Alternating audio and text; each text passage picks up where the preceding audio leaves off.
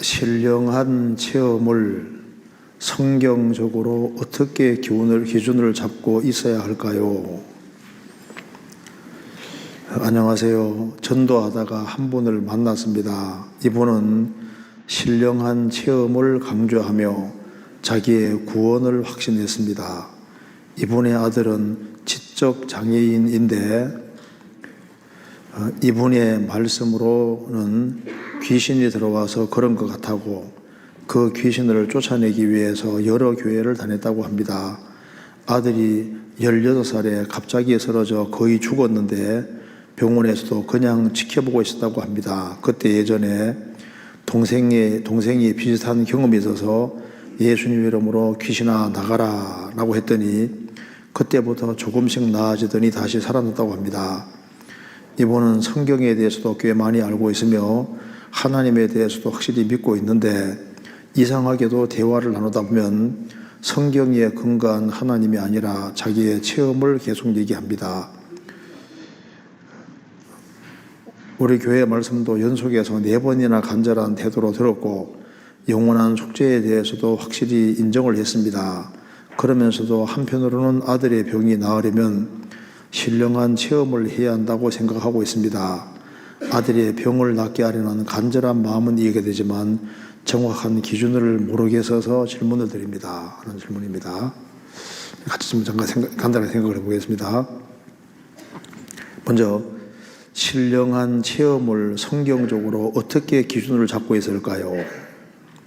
이게 이제 신령한 체험에 대해서 성경적으로 어떻게 기준 잡고 있어야 될까 하는 그런 질문입니다. 자, 이제 신령한 체험이 이제 여러 가지로 있을 수가 있는데, 먼저 이제 이 신령한 체험이라 할 때 먼저 간단하게 제가 이걸 한번 써보겠습니다. 여기 이제 한 사람이 있으면은 한 사람이 이제 어떤 신령한 이제 영적인 체험 같은 것을 할 수가 있는데 그 체험이 이제 자기 속에 있는 걸 전혀 몰랐는데 자기 것이 특별하게 개발되는 속에서도 어떤 체험 같은 것이 있을 수 있는데 왜 이게 이제 신령한 체험이라는 것이 왜 이게 있게 되냐면은 여기 이제 기본적으로 방향이 크게 두 가지입니다. 그러니까 배후에는 마귀가 있고 하나님이 정말 계십니다. 그래서 이 영적인 체험 같은 것이 영의 세계라는 게 없으면은 신령한 체험은 불가능한 거예요. 그러니까 물질계만 있는 게 아니라 영적인 세계라는 게 정말 있습니다. 사람들은 세계 하면은 뭘 생각하냐면은 이제 보통 이게 물질적인 세상 이렇게 생각합니다. 그러니까 지구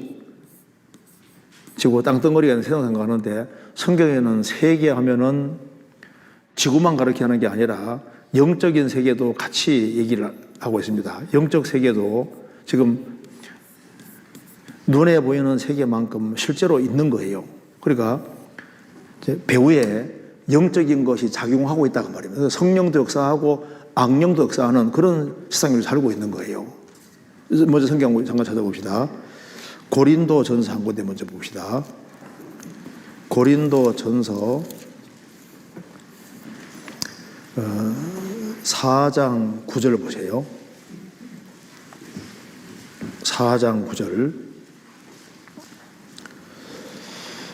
내가 생각건대 하나님이 사도인 우리를 죽이기로 작정한 자 같이 미말해 주셨음에 우리는 세계 곧 새 천사와 사람에게 구경거리가 되어두다. 바울 사도가 얘기를 했습니다. 주님의 사도로서 복음 전하다 보니까 정말 고난을 많이 받았습니다. 그래서 학대를 받고 핍박을 받고 찌발려 당하고 했기 때문에 죽이기로 작정한 자 같이 미말해 주셨음에 제일 바닥이라는 겁니다. 우리는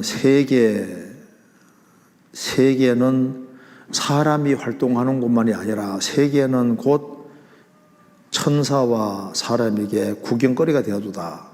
그래, 바울 사도는 말하기를 세계는 뭐냐? 지금 인간만 활동하는 곳이 세계가 아니라 지금 눈에 보이지 않지만 천사들이 활동하고 마귀가 활동하고 하나님이 활동하는 그것이 바로 세계예요. 그래서 물질계만 있는 게 아닌 겁니다. 영적인 세계가 있어요. 그래서 어떤 신령한 체험을 추구할 때 하나님과 성령의 도움을 받는 속에서 되어지는 체험이면 오죽 좋겠습니까? 그런데 뭘 알아야 되냐면 먼저 하나님 다음으로 능력이 많은 자가 마귀입니다. 마귀. 그 마귀가 실제로 많은 체험을 일단 줄 수가 있어요. 그러니까 무조건 신령한 체험 나타났다고 해서 하나님 주신 거다 이렇게 이제 확정하는 것도 이게 옳은 것이 아닙니다. 그러니까 성경을 잘 알아야 되는 겁니다. 성경 찾아보시겠습니다. 요한일서 4장. 요한일서 4장 1절입니다.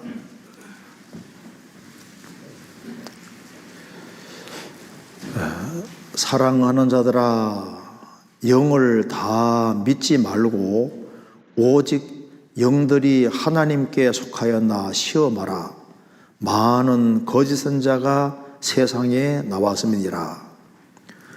사랑하는 자들아, 영을 다 믿지 말고 영들이 하나님께 속하였나 테스트하라. 왜냐하면 많은 거짓 선자가 세상에 나왔음이니라. 그래서 초대교회 당시에 많은 거짓 선자가 나왔으면은 지금은 얼마나 많겠어요. 그리고 영들을 다 믿지 말아라. 고린도후서 11장에도 다른 예수, 다른 복음, 다른 영을 전하는 사람이 있는데 저런 사람들은 거짓 사도요, 괴율의 역군이니 자기를 그리스도의 사도로 가장하는 자들이라. 이것이 이상한 일이 아니라 사탄도 자기를 광명의 선사로 가장하나니, 그러므로 사탄의 일꾼들도 의의 일꾼으로 가장하는 것이 또한 큰일이 아니라 저희 결국은 그 행위대로 되리라. 사탄도 자기를 광명의 선사로 가장하고, 사람들이 이건 도대체 하나님이 했다고 생각할 수밖에 없는 그런 비슷한 체험을 실제로 주고, 그런 게 있어요. 악령들이 정말 있는 겁니다. 그게 디모데전서, 그 앞에 디모데전서 4장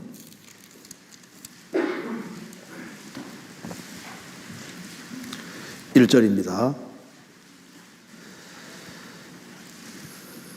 그러나 성령이 밝히 말씀하시기를 후일에 어떤 사람들이 믿음에서 떠나 미혹해 하는 영과 귀신의 가르침을 좇으리라 하셨으니, 그러니까 이 말세에 가면은 특별히 잘못된 가르침이 많이 생기는데 그 미혹해 하는 영, 악령이 아주 강력히 역사한다는 겁니다. 귀신의 가르침을 좇을 것이다. 그래서 구약시대 때도 그 사탄 역사로 엄청난 신령한 체험을 많이 하게 해주고, 신약시대 때도 당연히 그렇습니다. 그리고 이제 신비한 체험을 했다는 책들도 많은데요. 초대교회 당시에 이제 성경은 대략 한 AD 50년에서 100년 사이에 기록이 됐는데, 그 이후에 성경 말고 기록된 책들이 많아요. 그걸 이제 위서라고, 위서, 거짓된 책이라고 하는데, 거기에 신비한 체험들이 굉장히 많이 기록되어 있습니다. 근데 물론 신비한 체험을 했는데 주님과는 관계가 없는 체험인 거예요. 그 체험을 누가 줬냐면 마귀가 준 겁니다. 마귀가. 그런데 뭐 비교할 필요 없으신데요. 지금 신비한 체험을 했다는 사람들이 지금 막 인터넷에도 많이 떠도는데, 신비한 체험한 사람들 얘기 또 들어보면요, 옛날 위서에 나와 있는 사람들이 경험한 거하고 똑같은 걸 똑같이 얘기를 해요. 그러니까 옛날 귀신이나 지금 귀신 똑같습니다. 자, 성경 먼저 신명기 13장 찾겠습니다. 신명기 13장 1절입니다.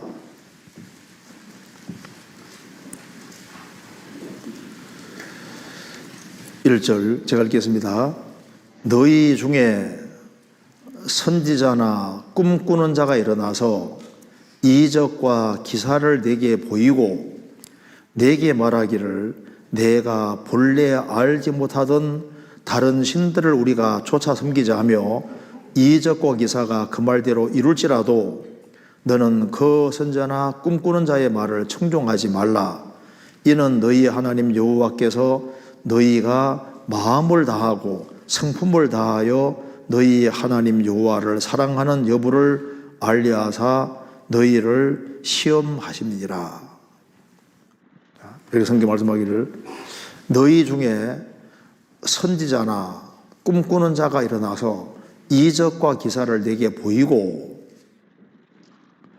내게 말하기를 내가 본래 알지 못하던 다른 신들을 우리가 쫓아 섬기자 하며 이적과 기사가 그 말대로 이룰지라도 이루어지는 거예요. 이루어지니까 혹하는 겁니다. 체험이 되니까 혹하는 거예요. 그럴지라도 청종하지 마라. 성경에 명확한 말씀이 내려왔을 때는 명확한 말씀 붙여봐야지 신비한 체험이 이루어지고 이적 의사가 그대로 이루어지고 꿈에 본 것을 말하는데 그대로 딱 이루어진다고 말입니다. 그런 것이 이루어진다 한다 할지라도 그걸 청종하지 말아라.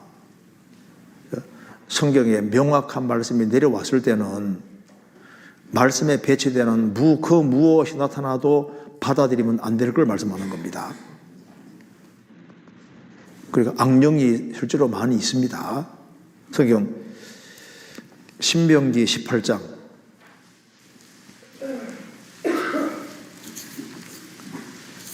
신명기 18장 10절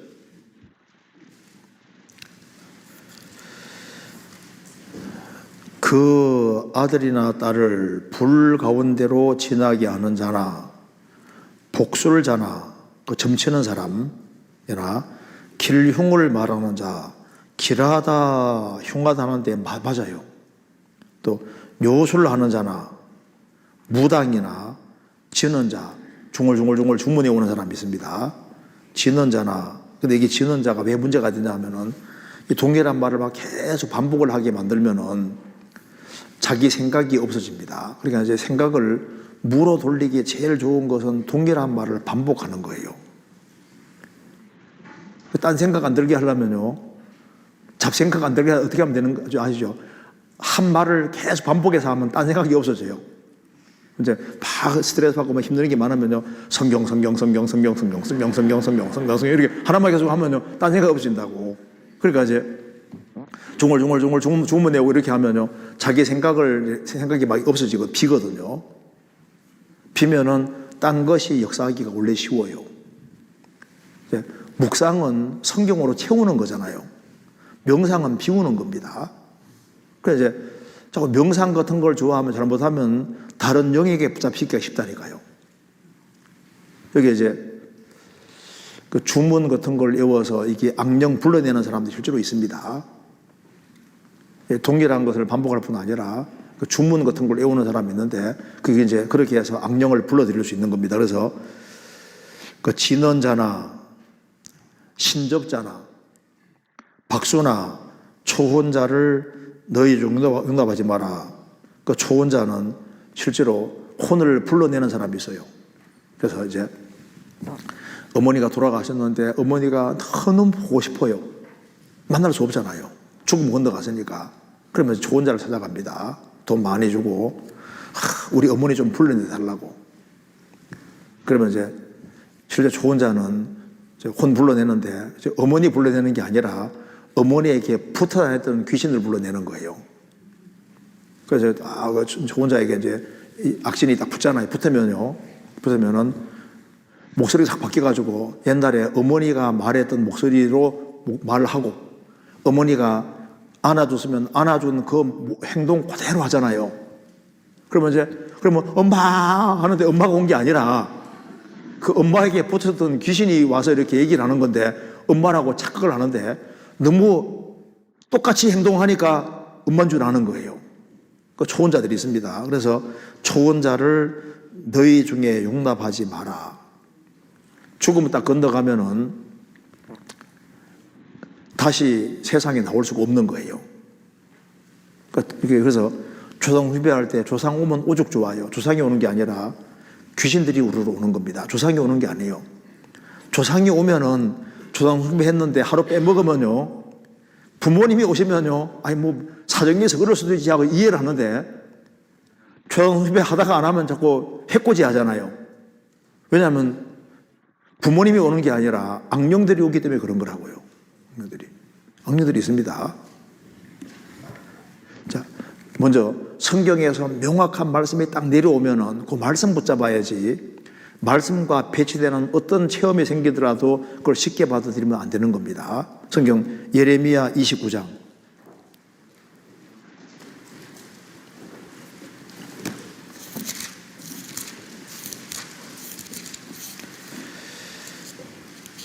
예레미야 29장 8절입니다.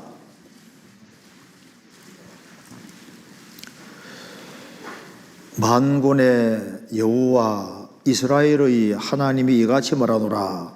너희 중 선지자들에게와 복술에게 혹하지 말며 너희가 꿈바 꿈도 신청하지 마라. 하나님께서 말씀하시기를 이스라엘은 이제 바벨론 내려가서 거기에서 정착에 살고 그 나라의 평안을 구하라. 때가 되면 내가 돌아오게 할 테니까 하나님께서 이제 이스라엘 백성들이 바벨론에서 어떻게 살 것을 좀 말씀하셨는데, 이 말씀과 배치되는 것을 얘기할 때 받아들이지 말아라는 겁니다. 너희 중 선지자들에게 혹하지 말고 또 복수를 점치는 사람에게 혹하지 말며 너희가 꿈바 꿈도 받아들이지 말아라. 하나님의 명확한 말씀이 내려왔을 때 말씀만 붙잡아라, 이렇게 말씀을 하신 겁니다. 자, 구약시대 때도 사탄의 역사로 많은 기적과 능력이 있었는데 신약시대도 마찬가지입니다. 성경 데살로니가 후서 2장입니다.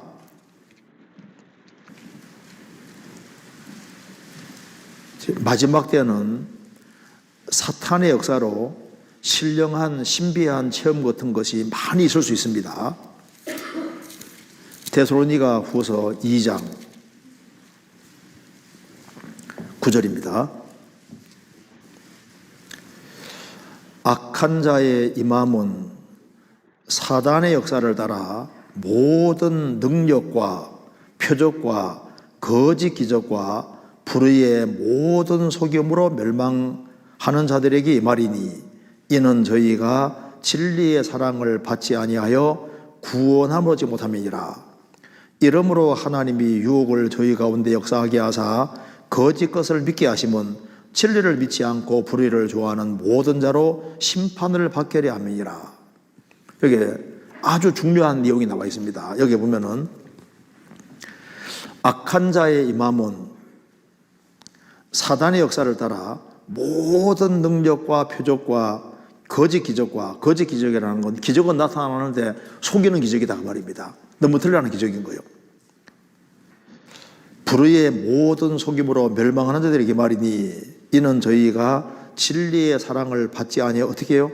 구원함을 얻지 못함이니라. 그러니까 이 진리를 사랑해서 이 구원을 받는 문제가 제일 중요한 문제인데, 사람이 진리를 사랑하고 구원받을 생각을 해야 되는데 포커스가 진리를 통해서 구원받는 이곳에 포커스가 안 맞춰져 있는 사람은 이 마귀에게 속기가 쉬운 거예요. 그래서 마지막 때가 되면은 이적에 왜 많은 사람이 속냐하면은 여기 말씀한 대로 저희가 진리의 사랑을 받지 아니하여 진리를 사랑해야 되는 겁니다. 진리의 사랑을 받지 아니하여 구원함을 얻지 못함이니라. 포커스를 구원에 맞춰야 되고 진리를 통해서 구원받을 생각을 해야 되는데 구원받은 이건 재미없어 하는 겁니다. 그 관심이 없는 거예요. 딴 것에 관심이 있는 겁니다. 이러므로 하나님이 유혹을 저희 가운데 역사하게 하사 거짓 것을 믿게 하시면 거짓 것 믿도록 내버려 두시는 겁니다. 진리를 믿지 않고 불의를 좋아하는 모든 자로 심판을 받게 하십니다. 진리를 믿고 구원을 받아야 되는데 포커스가 자기의 영혼과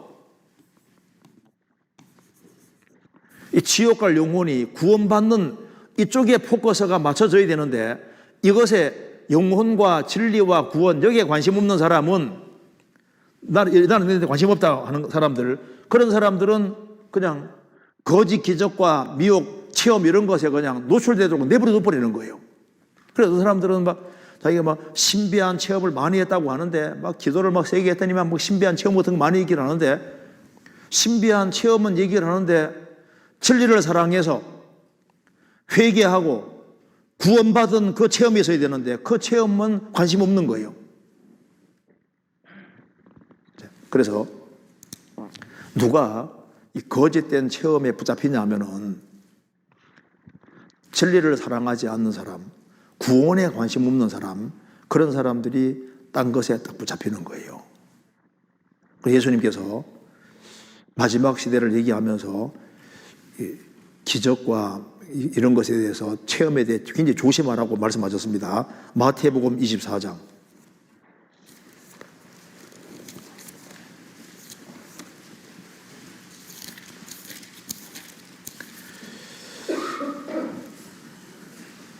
(24절)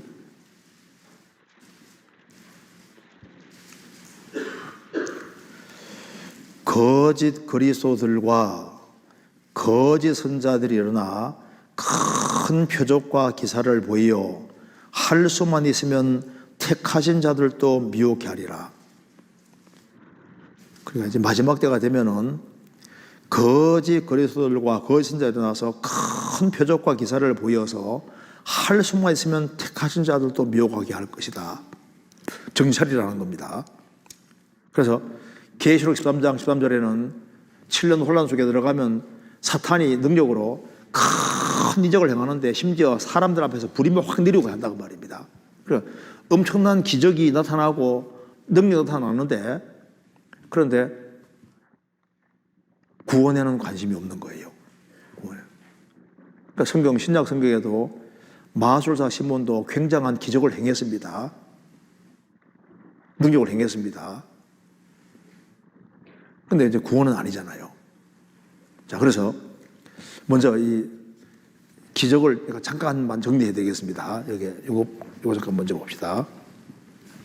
먼저 구약 시대 때 하나님께서 기적을 많이 행하시고 능력을 많이 행하셨는데 구약 시대 때 기적과 능력의 목적은 뭐냐면은 여호와가 참 하나님이라는 걸 보여주기 위해서 기적과 능력을 행하신 겁니다. 그래서 신명기 4장에 이스라엘을 출애굽시킨 이후에 이것을 내게 행하시면 여호와는 하나님이시오 그 외에는 다른 신이 없다는 걸 알게 하기 위함이라고 말씀하신 겁니다.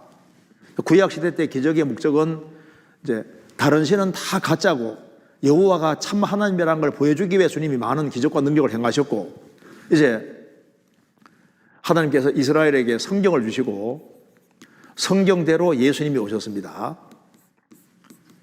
예수님이 공생의 당시에 말씀하시기를 내가 그리스도라는 걸 보여줄 표적은 요나 표적밖에 없다고 했습니다. 요나가 물고기 뱃속에 3일 동안 들어갔다가 나온 것처럼 예수님이 구약 성경에 기록된 메시아라는 것을 입증하는 것은 하나만 있으면 돼요. 성경대로 죽으시고 부활하는 거 하나만 있으면은, 이 표적만 있으면은 예수님이 그리스도라는 확실한 증거가 되는 겁니다. 그런데 예수님이 요나의 표적밖에 보일 표적이 없다고 말씀하시면서 예수님이 공생의 당시에 많은 이적을 행하시고 표적을 행하셨는데, 예수님이 공생의 당시에 요나 표적 외에 많은 표적을 행하신 것은 이유가 있습니다. 예수님이 육신 입고 오셔서 이스라엘 민족 속에서 역사하실 때 예수님이 육신 입고 오셔서 이스라엘 사람 육체를 고쳐주셨습니다. 죽은 자를 살리시고 문둥이를 깨끗하게 하시고 풍랑도 잔잔케 하시고 떡도 만들어주시고 많은 이적을 행하셨는데 예수님이 행하시는 모든 기적은 예수님이 죽으시고 부활하신 이후에 이제 성령이 오시면은 성령이 우리의 영혼 속에 무슨 일을 하실 것을 미리 보여주신 겁니다. 그래서 예수님이 죽은 자를 살리신 것은 죄와 허물로 죽었던 영혼이 살아날 것을 미리 보여주신 것이고, 예수님이 문둥이 환자를 고쳐주신 것은 구원받을 때 속죄가 죄사함이 이루어질 걸 보여주신 것이고, 소경의 눈을 열어주신 것은 구원받을 때 영혼의 눈이 열리고, 기머거리 귀가 열린 것처럼 구원받을 때 영혼의 귀가 열리고, 풍랑을 잔잔케 하신 것처럼 구원받을 때 영혼의 진정한 평안이 오는 겁니다. 그러니까 예수님이 행하시는 모든 기적은 우리 영혼 속에 무슨 일을 할 것을 미리 보여주기 위한 목적으로 주님께서 기적을 많이 행하셨던 겁니다.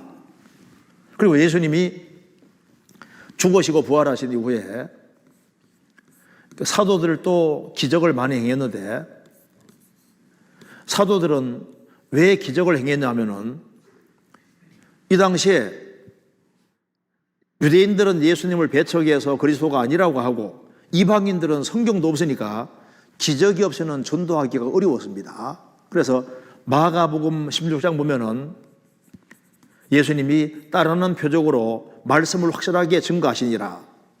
사도들은 성경을 기록하는 과정 속에 있기 때문에 사도들에게 하나님이 함께 하셨다는 걸 보여주기 위해서 기적을 행하셨던 겁니다. 그런데 여기서 이제 중요한 것은, 모태로부터 성령이 충만한 사람이 세례 요한인데, 세례 요한은 요한복음 10장 보면은 그는 모태로부터 성령이 충만한 사람인데 그는 아무런 표적도 행치 않았다. 세례 요한은 기적을 한 번도 행한 적이 없습니다. 세례 요한은 아무 표적도 행치 않았다. 그러나 세례 요한이 그리스도에 대하 증거한 것은 다 참이라. 그래서 많은 사람이 믿었다고 했습니다.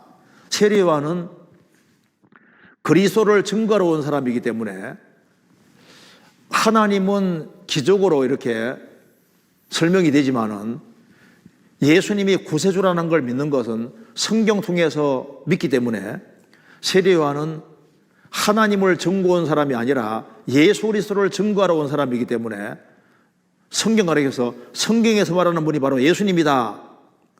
예수님 증거하는 것이 목적이니까 기적이 필요 없는 거예요. 그 신약시대 세례 요한은 그리스도인들의 그림자입니다.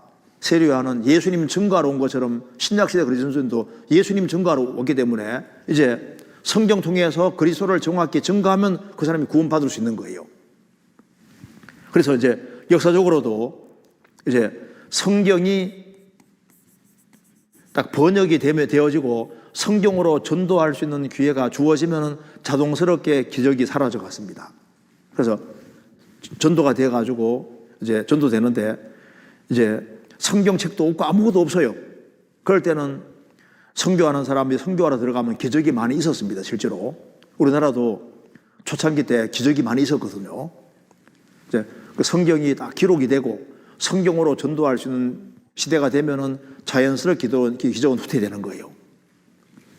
반대로 마지막 시대 때는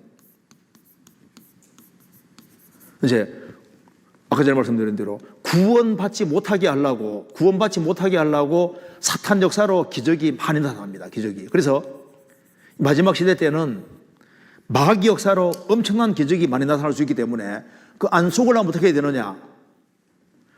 구원부터 확실히 봐야 돼요. 구원부터. 그래서 신약 성경을 14권 기록한 사람이 바울 사도인데 바울 사도도 자기 병도 못 고쳤습니다. 아시죠? 그런 병이 있어서 3번이나 하나님께 간절히 기도했는데 주님께서 네 은혜가 네게 족하다 하시고 병 안 고쳐주셨어요. 그리고 바울 사도가 가장 아꼈던 제자가 디모데인데 디모데도 병 주님 못 고쳤습니다. 안 고쳐준 거예요. 성경 찾아보시겠습니다. 디모데 전서 6장 보겠습니다. 5장 23절.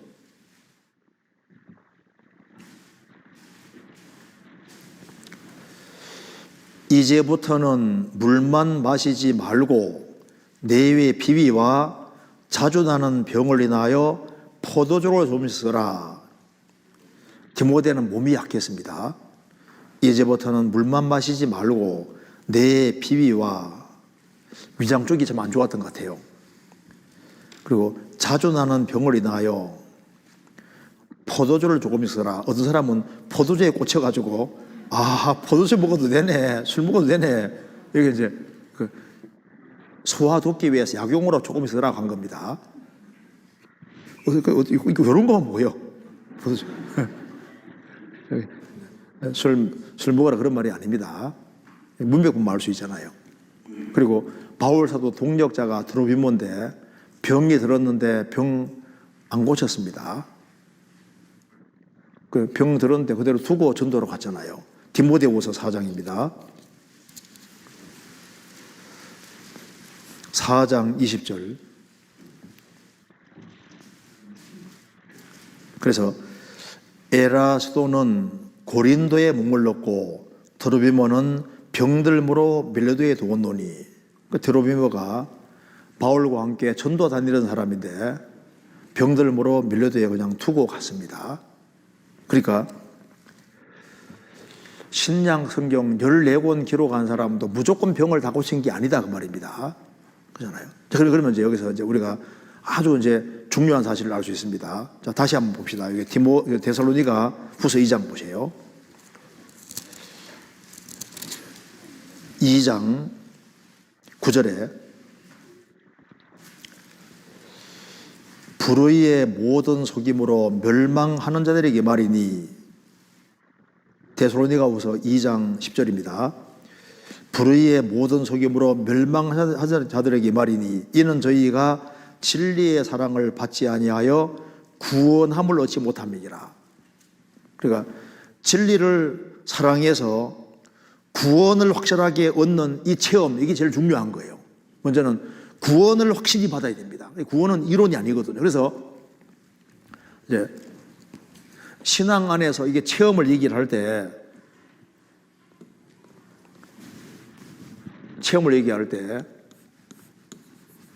체험 중에 절대적으로 중요한 체험이 있고 부차적인 체험이 있는데, 절대적으로 중요한 체험은 이게 구원받는 체험이에요. 구원을 확실히 경험하는 성령의 역사로. 마귀가 온갖 다른 것을 다 할 수 있어도 할 수 없는 것이 있거든요. 할 수 없는 게 있어요. 생명에 관계되는 걸 마귀가 못하는 겁니다. 잘 생각해 보시면은 모세가 에집트에 10가지 재앙 내릴 때 나일 강물을 피로 바꾸니까 사탄 역사로 어떻게 했습니까? 나일 강물을 애굽수로도 피로 바꿨습니다. 그렇죠? 다 하시면서. 그리고 이제 깨울이 올라오게 할 때 어떻게 했습니까? 같이 깨울이 올라오게 했잖아요. 근데 뭘 못했냐면은 모세가 지팡이를 탁 쳐서 애굽의 티끌을 이로 만들 때 그거는 못했습니다. 왜? 이에는 생명이 있습니다. 그렇죠? 이 아시죠? 이런 이 말고 그 조그마한 이 있잖아요. 우리 어릴 때 이가 정말 많았는데 과거에는 정말 이가 정말 많았어요. 그래서 이제 이렇게 있다 보면 옷에 막 이가 기어다니고, 옛날에 막 머리에 이 기어 많았습니다. 찬빗을 싹 빗으면요 이가 얼마나 많은지. 그러니까 이제 이지만은 이게 뭐가 있습니까? 생명. 그러니까 마귀는 못하는 게 이게 생명에 관계되는 걸 못하기 때문에 온갖 다른 것은 다 체험하게 해줘도 뭘 못하냐면은 생명을 못 줘요. 거듭나게 못한다고. 거듭나게. 그러니까 다른 온갖 것은 다 속일 수 있어도 거듭나서 정말 구원받는 이것만은 마귀가 못하는 거예요. 그래서 예수님이 마태복음 7장에서 말씀하시기를 거짓 선자들을 삼가라. 양의 옷을 입고 너에게 나오거나 속에는 노략자는 내리라. 양의 옷을 입고 있습니다.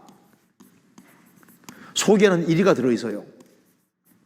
그러니까 도대체 이게 양인지 아닌지를 알 수가 없잖아요. 왜? 양의 옷을 입고 있으니까. 그럼 어떻게 아느냐? 기본적으로 두 가지입니다. 말하는 걸 보면은 양처럼 옷을 입고 있는데 용처럼 말하더란 말이 계시록 13장에 나와 있잖아요.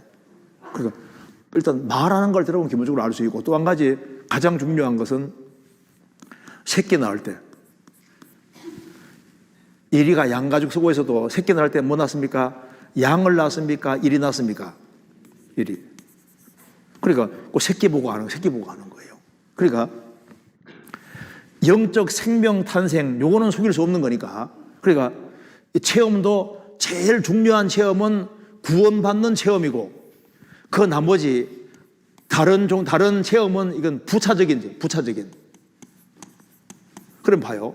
그러니까 부차적인 체험을 많이 해서도 구원받는 체험이 없으면요, 구원 안 받으면 소용없잖아요. 나는 뭐 병고침 받았다, 그리고 이제 여러 가지가 신령한 걸 체험했다. 물론 체험했는데 그거는 천국 가는 거하고 관계없는 체험이잖아요. 성경 시편 34편입니다. 시편 34편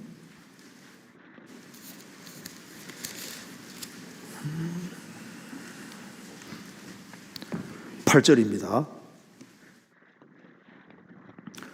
8절 같이 읽겠습니다. 너희는 여호와의 선하심을 맛보아 알지어다. 그에게 피하는 자는 복이 있도다. 너희는 여호와의 선하심을 어떻게 하라고요? 그냥 알지어다가 아니라 맛보아 알지어다. 맛보고 알아다. 수박 보고 모르잖아요. 맛을 보고 맛있구나. 그 맛을 보고 아는 것처럼 체험적으로 알라 그 말입니다. 하나님은 살아계시기 때문에 여호와의 선하심을 맛보아 알지어다. 그리고 이게 무슨 말입니까? 맛을 볼 수 있으니까 하는 말인 거예요. 그래서 내 인생에서 제일 중요한 체험은, 맛을 본 체험은 주님의 은혜와 사랑을 확실히 깨닫는 그 체험이 제일 중요한 거예요. 성경 베드로 전서 2장입니다.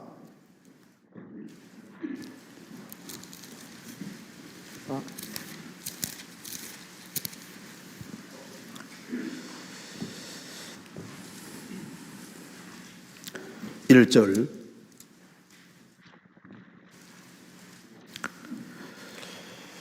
그러므로 모든 악독과 모든 괴휼과 외식과 시기와 모든 비방하는 말을 버리고 갓난 아이들 같이 순전하고 신령한 젖을 사모하라. 이는 이로 말미암아 너희로 구원에 이르도록 자라게 하렵니다. 그다음 읽겠습니다. 너희가 주의 인자하심을 맛보았으면 그리하라. 너희가 주의 인자하심을 맛보았으면, 주님의 은혜와 사랑을 정말 맛을 봤으면은,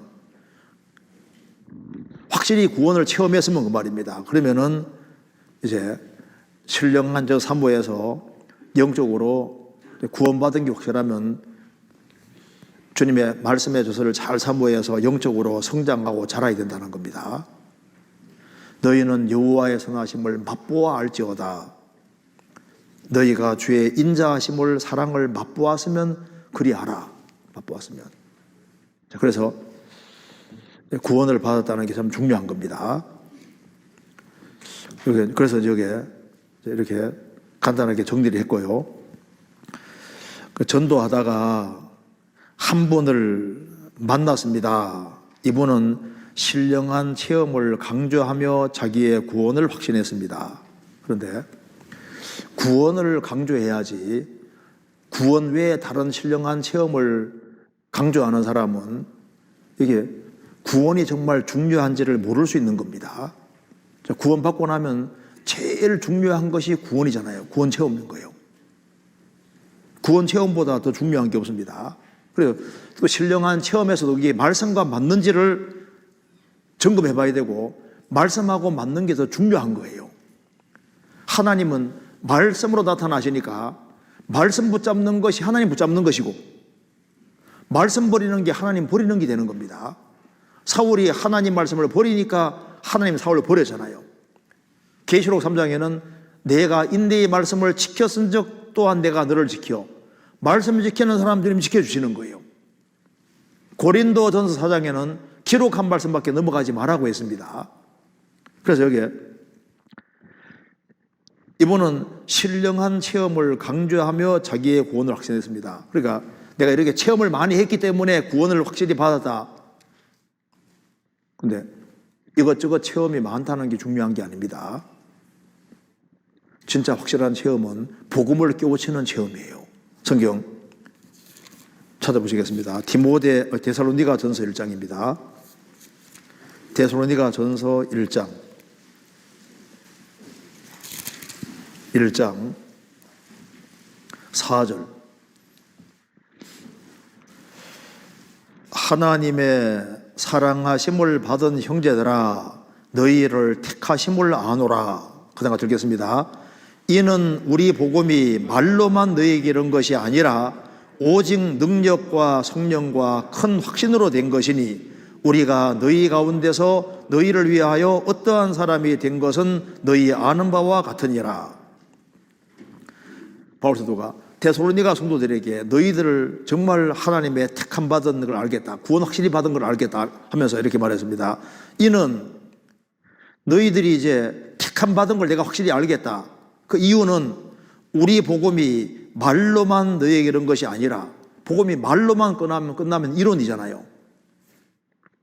말로만 이런 것이 아니라 오직 능력과 성령과 큰 확신으로 된 것이니. 찬송가에도 그 피가 마음속에 큰 증거 됩니다. 그 피가 마음속에 큰 증거 됩니다. 성령과 능력과 큰 확신으로 된 것이니 복음이 정말 믿어지는 거예요. 그래서 이 수박에 대해서 아무리 많이 배워도 배운 사람하고 수박 탁 잘라서 맛본 사람은 다르잖아요. 복음에 대해서 많이 들어본 사람하고 성령의 도우심으로 복음이 믿어져 자기가 된 것은 다른 겁니다. 복음이 확실하게 믿어져 내 것이 되는, 그래서 이것이 확실한 게 제일 중요한 거예요. 그래서 진리를 사랑하고 확실히 구원받는 이 체험, 이것이 아주 확실하면은 다른 것에 휘둘리지 않을 수 있는 거예요. 제일 중요한 걸 내가 체험했기 때문입니다. 요한일서 5장입니다.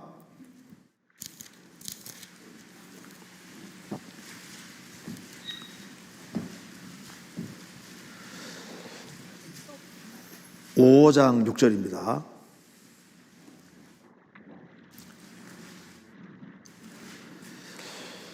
이는 물과 피로 임하신 자니 곧 그리스도 예수 그리스도시라. 물로만 아니요 물과 피로 임하셨고 증거하는 이가 성령이시니 성령은 진리니라. 증거하는 이가 셋이니 성령과 물과 피라. 또한 이 셋이 합하여 하나이니라. 만일 우리가 사람의 증거를 받을진대 하나님의 증거는 더욱 크도다. 하나님의 증거는 이것이니 그 아들에 관하여 증거하신 것이니라.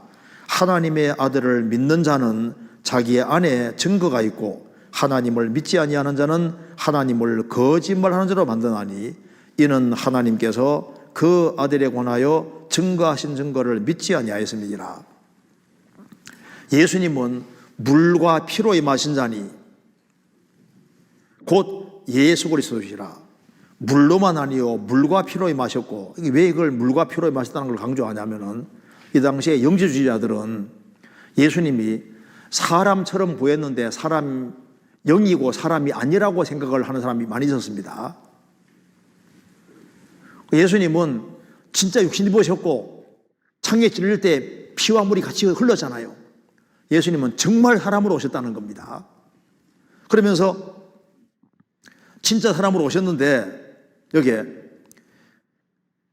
증거하는 이는 성령이시니 성령은 진리니라. 8절에 증거하는 이가 셋이니 성령과 물과 피라. 또한 이 셋이 합하여 하나이니라. 그러니까 여기에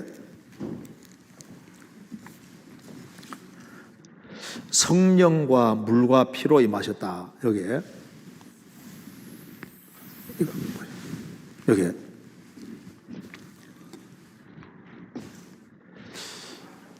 증거하는 이가 셋이라고 했습니다. 성령과 물과 피라.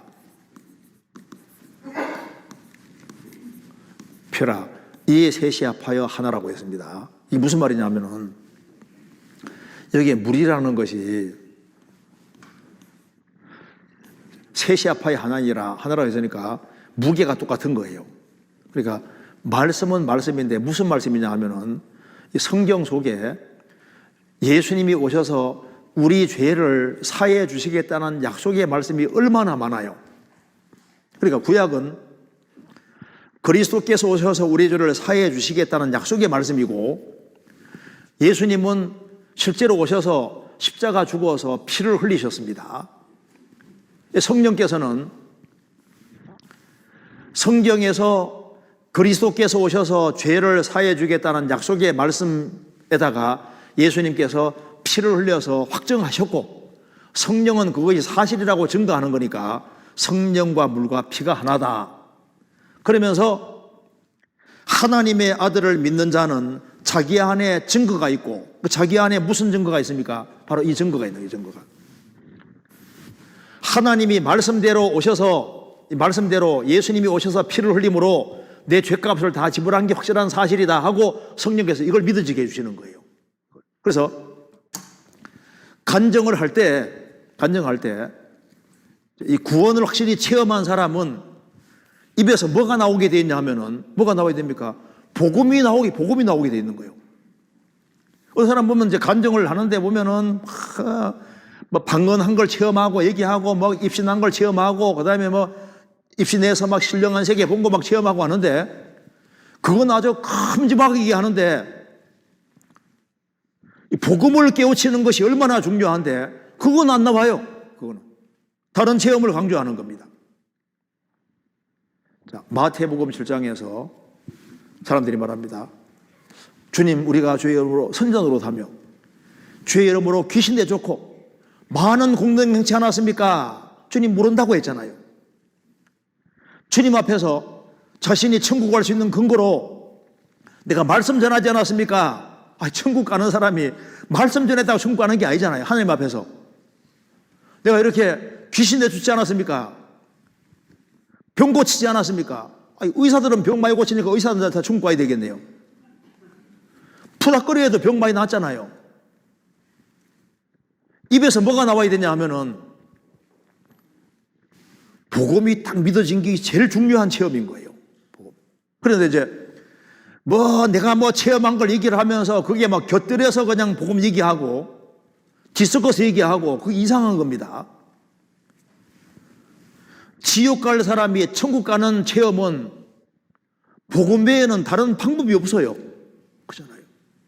그럼 이 복음을 확실히 깨우친 사람 입에서는 제일 중요한 게 복음이니까 복음이 나와야 되는데, 간증 얘기하면요, 신비한 체험을 했는데, 내가 용문산 기도원에 갔는데 뭘 기도해가지고 뭘 받고, 능력을 받고, 뭘 받고, 자녀가 안 태어나서 막 계속 기도했는데, 똥꼬앞에 자식도 태어나고, 신비한 예언을 얘기를 하는데, 좋은데, 그래서 어쨌다는 거예요. 그래서 여기에 신령한 체험을 강조하며 자기 구원을 확신했습니다. 이거 잘못하면 이게 반대일 경우가 많습니다. 잘못하면 속을 수 있어요. 내가 신령한 체험을 많이 했으니까 구원은 받았겠지. 신령한 체험 없어도 구원받는 체험이 더 중요한 거예요. 그렇잖아요. 이분의 아들은 지적 장애인인데 이분의 말씀으로는 귀신이 들어와서 그런 것 같다고 그 귀신을 쫓아내기 위해 여러 교회를 다녔다고 합니다. 아들이 18살 때 갑자기 쓰러져 거의 죽었는데 병원에서 그냥 지켜보고 있었다고 합니다. 그때 예전에 동생이 비슷한 경험이 있어서 예수님 이름으로 나가라고 했더니 그때부터 조금씩 나아지더니 다시 살아났다고 합니다. 그러니까 이제 지적장애가 있는 애가 있으니까 얼마나 마음에 상심도 많이 되고 고통을 많이 받았겠어요. 그러니까 마음이 참 이해가 되잖아요. 그 애를 살리고자 하는 아들을 살리고자 하는 그 간절한 마음이 여기에 표현되어 있습니다. 살아났으니까 이제 다행인데, 이분이 성경에 대해서도 꽤 많이 알고 있으며 꽤 많이 아는 게 중요한 게 아니라 확실한 걸 확실히 아는 게 중요하다니까요. 하나님에 대해서 확실히 믿고 있는데 이상하게도 대화 나도 하나 보면은 성경에 근거한 하나님이 아니라 자기 체험을 자꾸 얘기합니다. 그러니까 자꾸 얘기하다 보면 빈대가 안 맞는 거예요. 나는 이 복음을 깨닫고 복음 안에 살아가고 말씀 안에 살아가는 게 중요한데 이분은 빈대가 자꾸 체험적으로 자꾸 치우친다고 말입니다.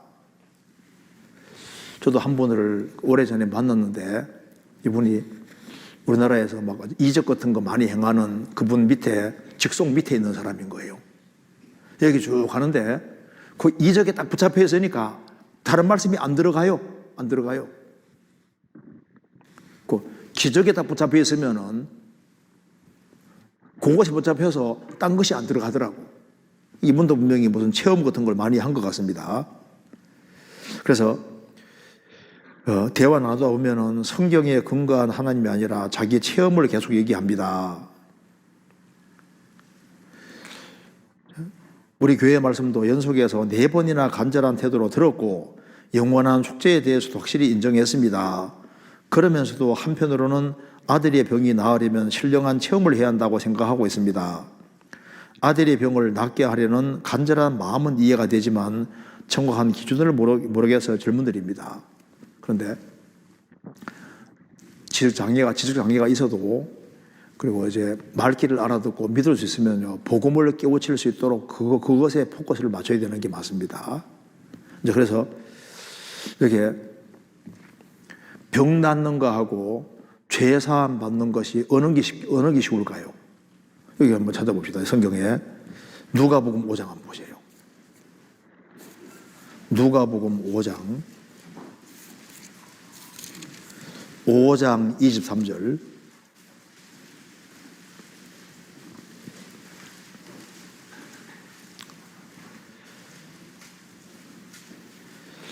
너희 내 죄 사함을 받았느니라 하는 말과 일어나 걸어가라 하는 말이 어느 것이 쉽겠느냐. 중복 문제가 있는데 이 사람은 꼼짝없이 누워 있습니다.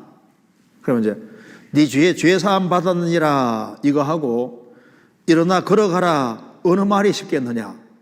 사람 생각으로는 중병자 당장 일어나 걸어가라 이게 더 어려울 것 같잖아요. 천지를 창조하신 하나님은 병자 일으키는 건 금방 할 수 있는 거잖아요. 그런데 죄 사하는 것은 말씀으로 안 됩니다. 예수님이 오셔서 그 십자가의 중한 고통을 받고 대속하지 아니하면 죄가 안 사해지게 돼 있는 거니까 병 고치는 이것보다 훨씬 힘들고 어려운 것이 죄 사하는 거예요. 죄 사하는 거. 그래서 십자가의 공로로 구원을 받은 사람은 이걸 확실히 깨우친 사람은 누구든 만나면은 복음을 깨우쳐지게 하는 이것이 간절한 소원이 되는 겁니다. 그래서 이분이 그 자녀의 병 낫기를 간절히 소원하는 마음은 이해가 되지만은 아들이 말귀를 알아듣고 그리고 이제 지적인 장애가 있어도 뭔가 이렇게 대화가 되고 이렇게 되고 하면요 그 간절한 소원이 속죄받을 수 있도록 죄짐 벗고 구원받을 수 있는 이쪽에 포커스를 맞출 겁니다. 왜? 사랑하는 자여 내 영혼이 잘됨 같이 내가 범사에 잘되고 강건하기를 간구하노라. 먼저는 영혼이죠. 영혼. 그래서 병 고치는 것은 수단이지 목적이 될 수 없는 겁니다. 그래서 영원한 속죄를 인정한다고 구원이라고 단정할 수 없어요. 왜냐하면 정말 영혼의 구원을 확실히 받았으면 영혼의 눈이 열린 사람인데 그럼 이걸 딱 깨우치고 나면은 복음을 사람에게 깨우쳐주게 하는 이것이 포커스가 맞춰지게 되어 있고 다른 것은 다 부차적인 체험이라는 걸 알 수가 있습니다. 그래서 이제 구원을 받고 난 다음에 구원 받을 때 복음 체험만 있는 게 아니잖아요. 이제 구원을 받고 복음 체험을 복음 통해서 이제 구원받은 걸 체험한 사람은 신앙 생활 속에서도 여러 가지 체험이 있을 수 있습니다. 그러니까 이제 구원 체험보다는 부차적인 체험이지만은 부차적인 체험이 있어요. 왜냐하면 하나님은 살아 계시니까 체험이 계속 되게 되어 있습니다. 그래서 주 안에 거하면은 공급받는다. 정말 주 안에 거하다 보면 공급받는 게 맞거든. 공급받으니까 주님께서는 힘이 있고, 그리고 기도하면 기도 속에서 기도가 이루어지는 것도 체험이 되고, 그리고 너와 내 집이 구원받으리라 했는데 약속이 이루어지는 게 체험이 되잖아요. 근데 왜 체험이 없어지냐면은 바짝 안 매달리니까. 주님께 전적으로 기대고 의지하는 사람은 주님을 체험할 수 있도록 주님 만드시는 겁니다. 그래서 쉽게 말해서 목숨 걸고 사는 사람은 체험이 많이 있도록 되어 있습니다. 먼저 그 나라와 그 일을 구하면은 모든 걸 더하시리라 체험이 되잖아요. 그런데 적당한 선에서 이렇게 생활 하면은요, 구원은 받았다 하는데 구원받은 이후에 체험이 없으니까 간정도 없는 거예요. 주님께 바짝 매달리고 살아가면은 체험이라는 게 생길 수가 있는데, 이제 드물게 받고 난 이후에 어떤 사람 병 낫는 경우도 있습니다. 어떤 사람 침대 받다가 병이 확 낫는 경우도 있고, 구원받고 나는 여러 가지 체험이 있는데 부차적인 체험이 있을 수가 있어요. 그런데 그 모든 부차적인 체험은 구원받는 체험보다 훨씬 하위에 있는 것이고 부차적인 겁니다. 그래서 여기에 이분에 대해서는 구체적인 것은 좀 개별적으로 만나서 좀 더 상세하게 이제 들어봐야 되고, 이런 말로만 가지고서는 우리가 정확히 판단하기 어렵습니다. 어쨌든 간에 이건 아주 간단하게 성경에서 말하는 그 체험이 아주 원칙적인 것만 제가 간단하게 말씀을 드렸고, 그 세세한 것은 이제 교회에 있으면 전도인들하고 같이 이렇게 개인적으로 만나서 이제 상담을 좀 해보고 이렇게 하면 더 나으리라고 생각합니다. 자, 그 다음 질문 넘어가 보겠습니다.